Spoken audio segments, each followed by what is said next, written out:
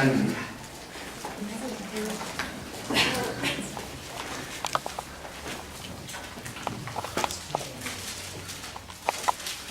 사도행전 5장 33절로 42절에 있는 말씀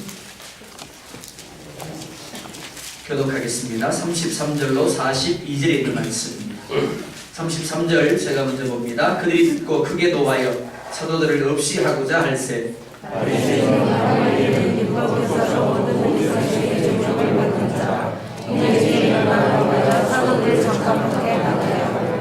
말하되 이스라엘 사람들아 너희가 이 사람들에게 대하여 어떻게 하려는지 조심하라.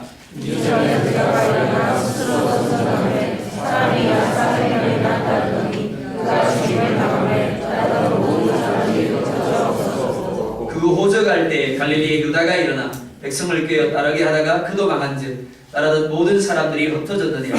이 사람들을 상하지 말고 버려두라.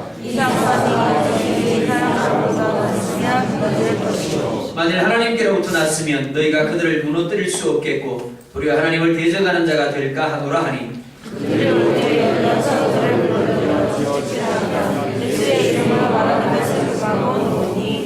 사도들은 그 이름을 위하여 능욕받는 일에 합당한 자로 여기심을 기뻐하면서 공의 앞을 떠나니라.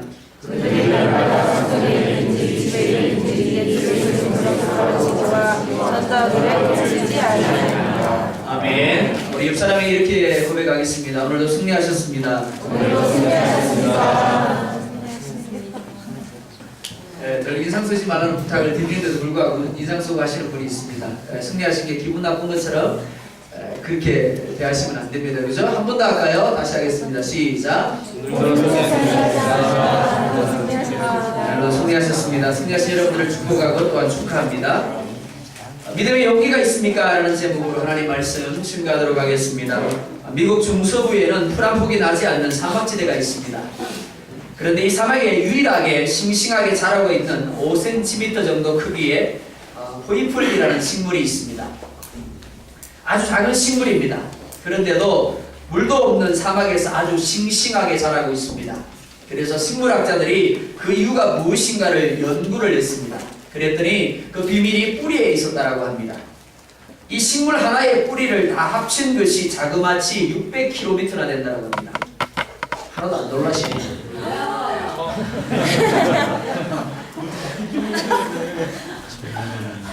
네, 겉으로 드러난 것은 5cm 정도입니다.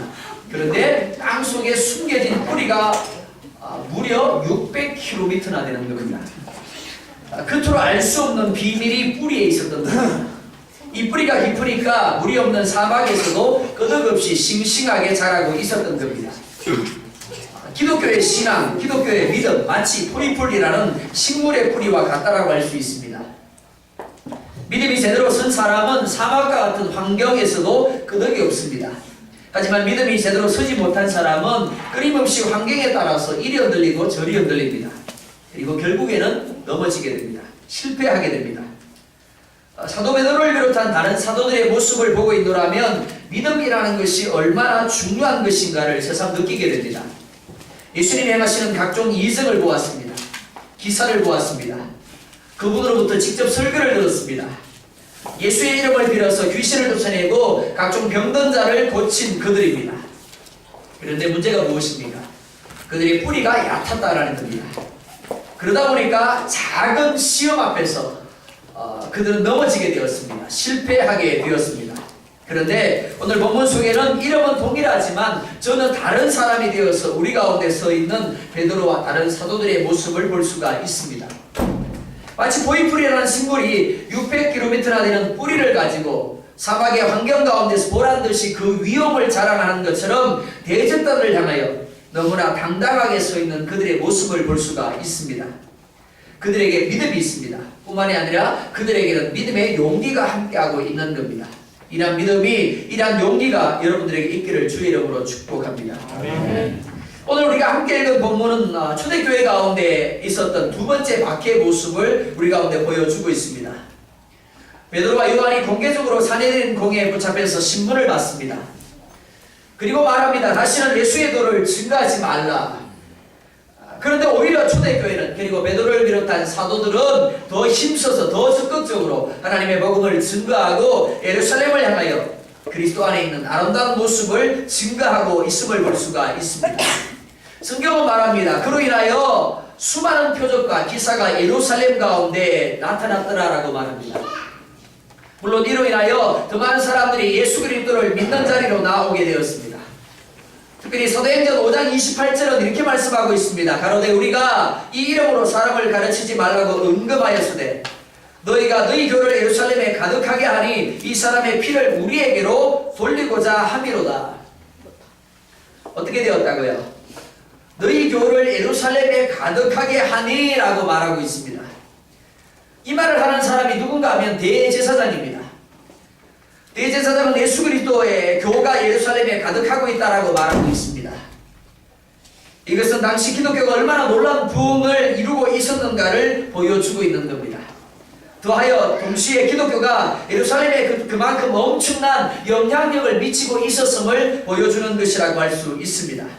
하지만 예루살렘 가운데 일어난 기독교의 부흥은 기독권을 가지고 있었던 세력들의 반발을 일으키고 있었습니다. 그리고 그것이 기독교에 대한 핍박으로 이어지고 있었음을 알 수가 있습니다. 그래서 누가는 17절 말씀에서 당시 대적자들이 나타낸 반응을 이렇게 적고 있습니다. 대제사장과 그와 함께 있는 사람, 즉 사두개인의 당파가 다 마음에 시기가 가득하여 일어났더라. 당시 예루살렘의 분위기는 마치 우리가 잔잔한 호수에 작은 돌 하나를 던졌을 때 나타나는 파장과 같은 분위기입니다. 성령의 충만함이 사도들에게 주어졌습니다. 사도들로 인하여 복음이 증거되었습니다. 뿐만이 아니라 각종 표적과 기사가 예루살렘 가운데 나타나게 되었습니다. 그로 인하여 수많은 사람들의 마음에 작은 파장이 일어났더라라고 말하고 있습니다. 그 파장은 그들로 하여금 과거 자신들이 가졌던 잘못된 종교관을 깨닫게 하였습니다. 마음에 찔림이 있게 하였습니다. 회개함으로 교회 공동체 가운데 나아오게 하였습니다. 또 수많은 사람들이 믿음으로 그들이 가진 문제들, 특별히 질병의 문제를 해결하기 위해서 그림자라도 덮일까 하여 교회로 나오게 되었더라라고 말하고 있습니다. 잔잔한 호수에 돌을 던져본 경험이 있으십니까? 작은 돌을 던지면 자연적으로 그 돌로 인하여 호수에 파장이 퍼져나가게 됨을 볼 수가 있습니다. 그 파장은 결코 거부할 수 없는 힘을 가지고 있습니다. 그리고 호수 전체의 분위기를 바꿔놓습니다. 그리스도의 복음이 예루살렘 가운데 던져졌을 때 엄청난 파장이 예루살렘 가운데 있게 되었다라고 말하고 있습니다. 그리고 그 파장은 결국 사람이 거부할 수 없는 힘을 가지고 있었다라고 말하고 있습니다. 하지만 이러한 성령의 파장을 받아들인 사람이 있었는가 하면 거부한 사람들도 있었다라고 말하고 있습니다. 심하여 믿음으로 나아오는 무리들이 있었는가 하면 대조되는 모습으로 그들 가운데 시기를 가지고 있는 이들도 있었다라고 말하고 있습니다. 그들이 누군가 하면 대제사장입니다. 그리고 그와 함께하고 있는 사람들, 즉 사두개인의 당파였다라고 말씀하고 있습니다. 그런데 이들만이 아닙니다. 21절 말씀을 보면 공회와 이스라엘의 원로들이 그러하였다라고 말하고 있습니다. 하지만 누가는 17절에서 성령의 파장을 거스리는 주도적인 세력들이 누군가를 말함에 있어서 대제사장과 그와 함께 있는 사람이다라고 말합니다. 이스라엘은 모든 민족들 가운데서 제사장 나라로 부름받은 민족입니다. 그리고 그러한 역사는 하나님께로부터 세움을 입은 제사장들을 통하여 유지되어 왔다라고 해도 과언이 아닙니다. 희망이 없어 보이는 암울한 시대에도 하나님은 선지자를 통해서, 제사장을 통해서, 사사들을 통해서 이스라엘 백성들이 하나님을 바라보게 하였습니다. 하나님께 나아가게 하였고 하나님이 주시는 소망을 붙잡게 한 바가 있습니다. 그런데 문제가 있습니다. 이스라엘은 이미 하나님의 임재의 역사를 잃어버린 지 오래라는 겁니다. 분명히 그들은 매 안식일마다 하나님 앞에 나와서 하나님을 예배하고 있습니다. 하나님을 부르고 있습니다. 하나님을 고백합니다. 그런데 문제가 뭐라고요? 정작 그 예배를 받으시는, 그리고 그들이 부르는 하나님, 그 자신은 하나님을, 이스라엘을 향하여 나는 그들과 상관이 없다라고 말씀하고 있다는 겁니다. 당신 자신은 이미 성전에서 떠나버린 지 오래라고 말씀하고 있는 것이 문제인 겁니다. 그런데 오순절 성령 강림으로 인하여 그들이 잃어버렸던 하나님의 임재를 다시금 체험하게 되었습니다. 하나님이 그들 가운데 여전히 함께하고 계신다는 것, 실로 많은 이스라엘 백성들로 하여금 잃어버렸던 기쁨과 즐거움을 누리게 하기에 충분한 것이었습니다. 특별히 로마의 지배하에서 고통받고 있던 이스라엘에게는 더더욱 그러하였습니다. 그래서 소망을 가집니다. 그래서 기대하게 되었습니다. 그런데 문제가 무엇입니까? 그들의 마음이 시기로 가득하였다라고 말씀하고 있는 겁니다. 그리고 그 시기로 인하여 오히려 그들은 하나님을 섬기는 자의 모습이 아니라 하나님을 거스리는 자의 모습으로 우리 가운데 보여지고 있는 겁니다. 그들 속에 있는 시기는 그들로 하여금 사도들을 옥에 가두는 결과를 낳게 하였습니다. 그렇다면 이들이 베드로와 다른 사도들에 대하여 시기한 이유가 무엇인가 하는 겁니다. 사내들인 공회는 비록 로마의 지배 아래 제한되기는 했지만 당시 유대 사회에서 최고의 법적 기관이었습니다. 하지만 예루살렘 가운데 나타난 새로운 이름의 권세, 즉 나사렛 예수의 이름의 권세로 말미암아 자신들이 가지고 있는, 자신들이 행하고 있는 그 권세가 흔들리고 있었습니다. 다시 말해서 그들 자신이 가지고 있는 밥그릇을 빼앗길 것 같은 위기감을 느꼈다라는 겁니다. 그래서 1차적으로 베드로와 요한을 사내들인 공회에 불러서 다시는 예수 그리스도의 이름을 증거하지 말라고 경고한 겁니다. 하지만 그 많은 사람들의 예수의 권세를 인정하며 복종함으로 수세에 몰리게 되었습니다. 오늘 우리 가운데도 이와 같은 무리들이 있음을 보게 됩니다. 오늘 본문을 통하여 볼 수 있는 것처럼 초대교회를 1차적으로 핍박하고 있는 이들, 대적하고 있는 이들, 하나님을 모르는 사람들이 아닙니다. 하나님의 말씀을 모르는 사람들이 아닙니다. 교회 밖의 사람들이 아니었다라는 겁니다. 오히려 누구보다 종교성을 가지고 있는 이들입니다. 누구보다 하나님을 잘 알고 누구보다 하나님을 열심히 섬긴다라고 자부하는 이들입니다. 그런데 문제가 있습니다. 그들이 하나님의 일을 하노라고 하지만 정작 하나님의 일이 아니라 자신의 일을 하고 있었다는 겁니다. 하나님을 기쁘시게 하지 못하고 자신의 마음을 기쁘게 하는 자리에 머물고 있었다라는 겁니다. 마태복음 16장 23절에 보면 이렇게 말합니다. 사단아 내 뒤로 물러가라. 너는 나를 넘어지게 하는 자로다. 네가 하나님의 일을 생각지 아니하고 도리어 사람의 일을 생각하는도다. 예수님이 이렇게 말씀하시는 대상, 예수님을 핍박하는 사람이 아닙니다. 예수님을 대적하는 사람이 아닙니다. 예수님이 가장 아끼시는 수제자인 베드로입니다. 그런데 베드로를 향하여 예수님이 뭐라 말씀하신다고요? 사단아 라고 말합니다. 너는 나를 넘어지게 한 자로다 라고 말합니다. 그러면서 또한 말씀하기를 내가 하나님의 일을 생각하지 아니하고 도리어 사람의 일을 생각하는도다 라고 말합니다. 예수님과 함께하고 있습니다. 교회 안에 머물고 있습니다. 하나님을 부르고 하나님을 예배하며 하나님을 섬기고 있습니다. 그런데 어느 순간 하나님이 우리의 편이 되시지 못한다라고 말합니다. 오히려 우리가 사단의 편이 되었다라고 말합니다. 어떤 때요? 우리가 하나님의 일을 생각하지 아니하고 사람의 일을 생각할 때 그렇다라는 겁니다. 대제사장이 진정으로 하나님을 섬기는 자들이었다면 마땅히 그들은 자신들의 기독권을 위해서가 아니라 자신들이 인정을 받고 섬김을 받고 높아지는 것에 연연하지 말고 자신들이 비록 모든 것을 다 잃어버린다라고 할지라도 비록 푸대접을 받는다라고 할지라도 예수님을 높이는 자리에 머물렀어야 마땅합니다. 오늘 많은 사람들이 이와 같은 모습으로 입술로 하나님을 고백합니다. 오늘 죽어도 내가 천국에 들어갈 것이라고 말합니다. 그러나 실상 하나님의 일을 생각하지 아니하고 자신의 일을 생각하는 것을 볼 수가 있습니다. 자신의 만족을 구합니다. 자신의 유익을 구하는 겁니다. 그래서 어느 순간 내게 손해가 된다라고 싶으면 얼마든지 하나님의 이름을 부인하고 하나님의 말씀을 저버릴 수 있는 겁니다. 사랑하는 성도 여러분, 믿음은 우리로 하여금 나 자신의 뜻보다 하나님의 뜻을 쫓게 하는 능력이 있습니다. 믿음은 우리로 하여금 교회의 유익과 하나님의 영광을 위하여 기꺼이 멸시를 받게 하고 조롱을 받게 하는 자리로 내려가게 합니다. 대제사장과 사두개인들은 자신들의 기독권을 잃고 싶지 않았습니다. 더불어 자신들이 행하였던 일, 즉 예수 그리스도를 십자가에 못 박은 그 일이 잘못된 것이라는 것을 추호도 인정하고 싶지 않았습니다. 그래서 자신들 앞에 나타나는 갖가지 하나님의 역사를 보면서도 오히려 거스리고 있는 겁니다. 오히려 대적하며 핍박하는 자리로 나아가고 있었던 겁니다. 바라기는 오늘 진리를 거스려 오히려 양심의 소리를 애써 외면하며 죄악의 길로 달려가는 모습이 우리 가운데 추호도 함께 하지 않기를 주 이름으로 축원합니다. 오늘 본문은 대적자들의 모습만 보여주고 있지 않습니다.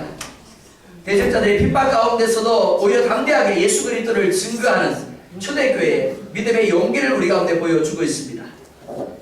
이러한 초대교회의 모습은 흡사 오늘 이 시대 교회들의 모습과 닮은 점이 있는가 하면 너무나 큰 차이점이 있는 것 또한 사실입니다.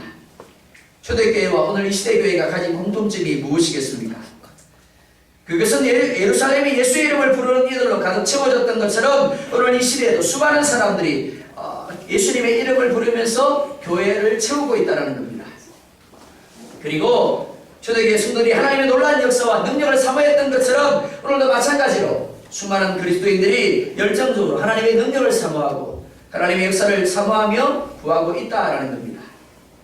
초대교회 때 대제사장과 사두개인들의 박해가 있었다면 오늘도 역시 그 형태만 다르지 동일한 박해가 있다라는 겁니다. 당시 초대교회를 박해하였던 사두개인들은 초자연적인 역사를 인정하지 않았습니다. 그들이 믿는 것은 그들 눈앞에 보이는 현실적인 것이었습니다. 합리주의적인 것이었고 이성적인 것이었습니다. 마찬가지 오늘 우리 주변에도 동일하게 사두개주의가 만연해 있음을 볼 수 있습니다. 바리새주의가 만연해 있음을 볼 수가 있습니다. 이성주의가 있습니다. 그리고 합리주의가 있고 형식주의가 우리 가운데 있습니다. 다만 차이가 있다면 과거의 사두개주의가 믿는 자에게 육체적인 그리고 경제적인 핍박을 가했다면 오늘 사두개주의는 우리로 하여금 하나님의 축복을 누리지 못하게 하는 영적인 유혹과 시험의 모습으로 우리 가운데 주어져 있다는 겁니다. 이것이 공통점입니다. 자, 그렇다면 차이점이 무엇이겠습니까? 차이점은 핍박에 대한 태도에서 찾을 수 있습니다. 박해가 그들 가운데 나타났습니다. 그런데 앞서 4장에 나타난 바와 같이 사도들은 다시는 예수님의 도를 증거하지 말라는 사도들의 위험에 대하여 이렇게 말한 바가 있습니다.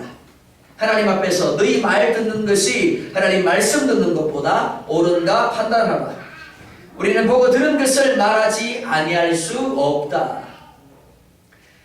그들은 이미 예수님을 믿는다는 것 때문에 경제적인 핍박을 당하고 있었습니다. 경제적인 손해를 보고 있었다는 겁니다. 그리고 이제 생명을 잃을지도 모르는 상황이 그들 가운데 주어져 있습니다. 그런데 그들이 하는 말이 무엇입니까? 내가 손해를 본다라고 할지라도 내 육체에 핍박이 주어진다라고 할지라도 혹 내가 생명을 잃을지라도 예수 그리스도를 증거하는 일을 중단할 수 없다라고 말하고 있습니다. 그들이 그렇게 할 수 있었던 이유가 무엇일까요? 그들은 무엇이 옳으며 무엇이 그런 것인가를 알았습니다. 동시에 그들이 증거하는 바를 보고 들었기 때문이라고 할 수 있습니다. 요한일서 1장 1절을 보면 사도 요한이 이렇게 고백을 하고 있습니다. 태초부터 있는 생명의 말씀에 관하여는 우리가 들은 바요, 우리가 눈으로 본 바요, 우리가 주목하고 우리 손으로 만진 바라. 그들이 증거하는 예수 그리스도에 대한 도는 남들로부터 그냥 그렇다고 하더라, 그게 아닙니다. 그들은 그것을 실제적으로 보았습니다. 그리고 들었고 손으로 만졌고 시험한 바가 되었습니다. 그만큼 예수님에 대하여 그리고 천국에 대하여 하나님의 말씀에 대하여 확신을 가지고 있었다는 겁니다. 오늘 중고등부 시간에 제가 이렇게 물었습니다.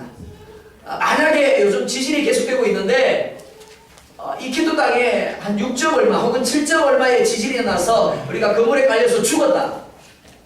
네, 죽었어요. 그리고 다시 눈을 떴어요. 우리 중고등부 아이들이 물었습니다. 그 다음에 어디서 눈을 뜰까? 그랬더니 우리 아이들이 그러더라고요. 천국이요. 네, 천국이요 하고 그러더라고요. 자, 여러분들에게 동일하게 묻습니다.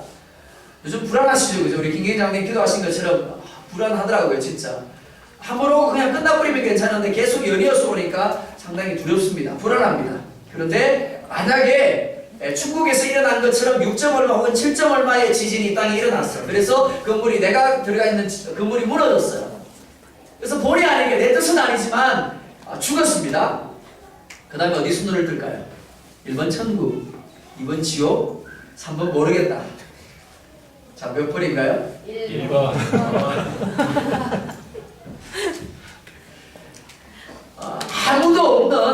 아무도 없는 여러분들의 집에 가서 하나님이 여러분들에게 묻습니다.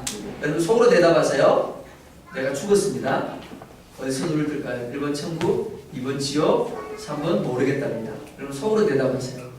여러분들이 천국이라 대답하셨는데 옆에 종아가 앉아있기 때문에 1번이라고 대답 안 하면 집사님이 이럴 것 같으니까 1번이라고 하신 것 같아요. 그죠? 여러분 속으로 대답하세요. 자, 1번 천국, 2번 지옥. 3번 한번 생각해 봐야 되겠어요. 네? 눈 떠봐야 알지. 사도 요한은 그게 아닙니다.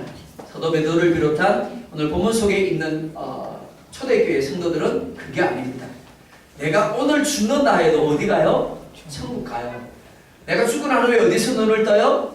천국에서 눈을 뜬다는 겁니다. 예수 그리스도에 대하여, 천국에 대하여, 하나님의 말씀에 대하여 흔들림 없이 내가 눈으로 봤어요. 내가 귀로 들었어요. 그리고 내가 손으로 만졌고요. 내가 체험했어요. 그렇기 때문에 흔들릴 수 없는 진리예요. 그렇기 때문에 당신들이 아무리 나를 핍박하고 당신이 아무리 나를 협박할지라도 혹 내 생명이 당신들의 손에 의해서 잃어버림을 당할지라도 나는 예수 그리스도의 복음을 전하는 일을 중단하지 않을 겁니다. 그렇게 말하고 있는 겁니다. 바라기는 이 확신이 여러분들에게도 있기를 주의 이름으로 축원드립니다. 이러한 확신을 가지게 된 것, 그리고 이들 하여금 이러한 확신을 가지고 하나님께 복종할 수 있게 할 수 있게 한 것, 바로 오순절 성령 강림이었습니다. 성령께서 그들의 믿음을 강건하게 하였습니다. 그 믿음이 그들로 하여금 죽음조차도 두려워하지 아니하는 용기를 가지게 한 겁니다. 베드로는 대적자들을 향하여 인생에 마땅한 본분을 증가하였습니다. 그것이 무엇이가 하면 인생이 하나님을 향하여 순종함이 마땅하다라는 겁니다. 인생만이 아니라 이 땅의 모든 피조물은 하나님께 순종함의 의무를 가지고 있습니다. 하나님은 이 땅의 모든 것을 만드신 창조주이십니다. 그리고 통치하시며 섭리하시는 주관자가 되시는 분이십니다. 그렇기 때문에 오직 그분만이 우리에게 순종을 요구할 수 있습니다. 그리고 우리는 오직 그분에게만 순종해야 됨을 믿으시기 바랍니다. 이 땅에 어떤 존재도 하나님을 향하여 순종하는 것을 막을 권리도 힘도 없습니다. 만약 어떤 존재가 나로 하여금 하나님께 순종하지 못하게 한다면 그것은 하늘로부터 주어진 것이 아니라 대적자인 사단으로부터 주어진 것임에 틀림이 없을 겁니다. 만약 베드로를 비롯한 사도들이 사두개인들과 제사장들의 협박을 받아들여서 복음 전하는 일을 중단했다면 어떻게 되었을까요? 복음 확장은 막혔을 겁니다. 하지만 베드로와 여러 사도들은 더 이상 핍박 가운데 있지는 않았을 겁니다. 아니 오히려 그들과 타협하면서 세상적으로 더 나은 삶을 보장받았을지도 모르겠습니다. 하지만 그들은 그렇게 하지 않았습니다. 오히려 그들은 하나님을 순종하는 쪽을 택함으로 육신적 편안함보다 현실적인 유익보다 박해를 택하였습니다. 하나님의 인정하심을 택하고 있음을 볼 수가 있습니다. 수많은 교회들이 지구상에 있습니다. 그리고 그 교회 안에 수많은 그리스도인들이 있습니다. 하지만 얼마나 많은 교회, 얼마나 많은 사람들이 진정 베드로처럼, 진정 사도들처럼, 진정 초대교회 성도들처럼 내가 하나님 앞에 순종하는 것이 마땅합니다라고 고백하고 있겠습니까? 로마서 8장 17절은 이렇게 말씀을 합니다. 자녀이면 또한 후사 곧 하나님의 후사여 그리스도와 함께한 후사니 우리가 그와 함께 영광을 받기 위하여 고난도 함께 받아야 될 것입니다. 이 말씀을 이렇게 바꿀 수 있겠습니까? 우리가 그와 함께 천국을 받기를 원한다면 고난도 함께 받아야 될 것입니다. 우리가 주님과 함께 천국에서 영광을 받기를 원한다면 오늘 일하는 이 시간 속에서 기꺼이 하나님께 순종함으로 고난조차도 받을 수 있어야 한다는 겁니다. 그런데 문제가 무엇입니까? 우리는 고난받기를 결코 기뻐하지 않는다는 겁니다. 손해보기를 결코 기뻐하지 않는다는 겁니다. 하나님의 복음을 증거함으로 내가 받는 멸시나 거절에 대한 반응들을 결코 기뻐하지 않습니다. 하나님의 말씀에 대한 순종을 통하여 내가 희생하고 내가 손해보는 것을 결코 기뻐하지 않습니다. 오히려 세상에 복종하고 오히려 육신적 욕심에 복종함으로 하나님을 거스리는 결과를 가지는 것이 우리의 모습인 겁니다. 그러나 분명히 알아야 할 것이 있습니다. 우리가 진정으로 하나님의 역사를 누리기 원한다면 무엇보다 우리는 하나님께 순종하는 법을 배워야 한다는 겁니다. 어떠한 상황과 환경에서도 하나님께 순종하는 것을 배우는 자에게 주님은 진정 놀라운 역사하심으로 함께 하실 것이기 때문에 그렇습니다. 그런 사람에게만 하나님이 예비하신 축복을 실상이 되게 하실 것이기 때문에 그렇습니다. 32절에서 사도들은 대적자들을 향하여 이렇게 말하고 있습니다. 우리는 이 일의 증인이요 하나님이 자기에게 순종하는 사람들에게 주신 성령도 그러하니라 하더라. 이는 사도들이 다시 공회 앞에 끌려와 신문을 받는 과정에서 대적들을 향하여 대답한 것입니다. 베드로는 우리가 그리스도의 도의 증인이다라고 말하고 있습니다. 증인이 어떤 사람입니까? 증인은 진실을 말하는 사람입니다. 목에 칼이 들어왔나요? 죽임을 당할지라도 진실을 말하는 사람, 그게 증인인 겁니다. 증인의 자격은 보고 들은 것을 가감없이 증거하는 것입니다. 서로 죽음을 당한다라고 할지라도 오히려 진실을 바로 증거할 수 있는 사람, 그가 참된 증인입니다. 그런 면에서 본다면 증인이라는 이름으로 위증을 너무나 쉽게 일삼는 오늘의 세대는 진실된 증인 한 명을 필요로 하는 세대라고 할 수 있습니다. 사도들은 증인이었습니다. 그들이 증인이라고 자신들을 소개하는 것, 자신들이 보고 들은 바 된 예수 그리스도를 증거함에 있어서 순교도 할 수 있다는 의미입니다. 우리가 지옥불을 보았다면 어떻게 멸망의 불 속으로 뛰어드는 이들을 향해서 소리치지 않을 수 있겠습니까? 철로에서 철없이 노는 아이들을 보고 동시에 달려오는 기차를 보고 있다면 어찌 입을 다물고 가만히 있을 수가 있겠습니까? 베드로가 증거한 이유는 무엇보다 확실하였습니다. 내가 성령을 통하여 보았고 들었고 만졌다. 그래서 인생들이 가는 멸망이 보인다. 그래서 소리치지 않을 수 없다는 겁니다. 베드로를 비롯한 사도들이 복음을 증거한 이유로 옥에 갇힙니다. 핍박을 받습니다. 믿음으로 산 결과 삶의 장애물을 만나게 됩니다. 경제적인 문제를 만납니다. 육체적인 어려움을 당하게 됩니다. 관계의 어려움을 당하게 됩니다. 하지만 하나님은 결코 믿음으로 하나님을 의뢰하는 자를 외면하지 않습니다. 오히려 하나님은 초자연적인 역사를 통하여 당신의 뜻을 이루시고 택한 백성들을 지키시는 하나님이십니다. 우리가 잘 알고 있는 다니엘과 사드락 메삭의 이야기를 한번 떠올려 보시기 바랍니다. 그들은 진상에 절하지 않기 위해서 7배나 더 뜨겁게 한 풀무불 속으로 걸어 들어갑니다. 그리고 굶주린 사자에게 던져짐을 당하게 됩니다. 어떻게 되었다고요? 사드락 메삭 아벤느고가 그 가운데 들어갔으나 그을림이 냄새조차도 그에게 없었더라. 그의 머리털 하나 상함이 없었더라. 왜요? 성경은 말합니다. 그 가운데 예수님이 함께 하셨다고요. 굶주린 사자에게 다니엘이 던져졌지만 오히려 천사가 미리 그의 입을 막으심으로 사자가 그를 어찌하지 못했더라고 말합니다. 사랑하는 성도 여러분, 이 하나님이 베드로와 사도들 가운데 함께 하셨습니다. 뿐만이 아니라 저와 여러분들과 함께 하심을 믿으시기 바랍니다. 아멘. 19절과 20절을 보면 이렇게 말씀을 하고 있습니다. 우리 19절과 20절 같이 한번 보겠습니다. 시작.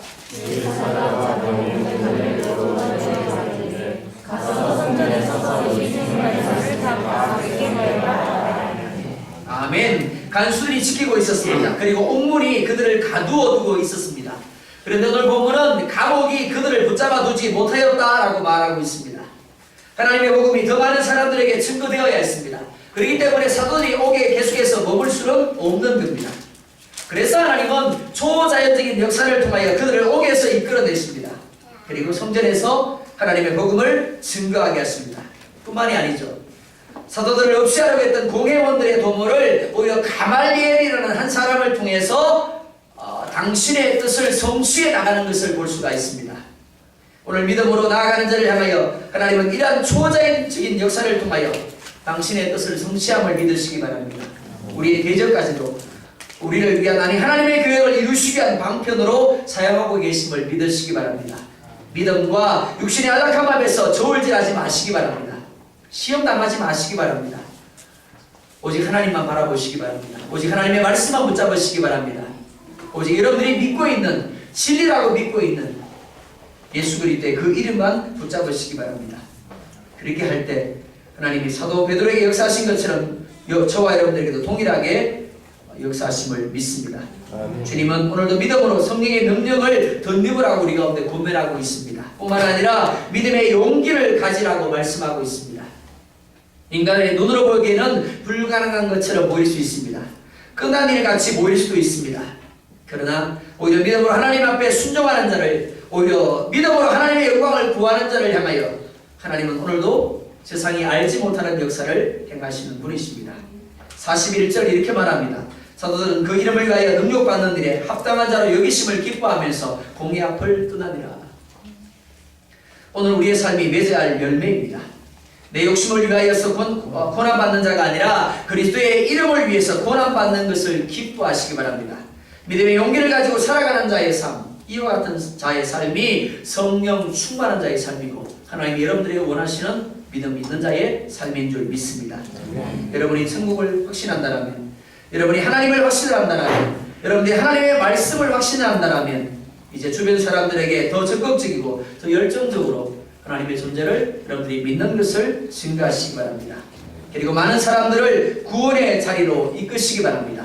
나는 오늘이라도 더 큰 지진이 와서 내가 이 세상을 떠난다 할지라도 나는 분명히 하나님 앞에서 눈뜰 것을 믿습니다. 바로 그것을 증가하는 여러분들의 삶이 되기를 주의 이름으로 축원합니다. 기도하겠습니다. 우리 1분만 기도하겠습니다. 이렇게 기도하겠습니다. 하나님, 내게 믿음을 더하여 주십시오.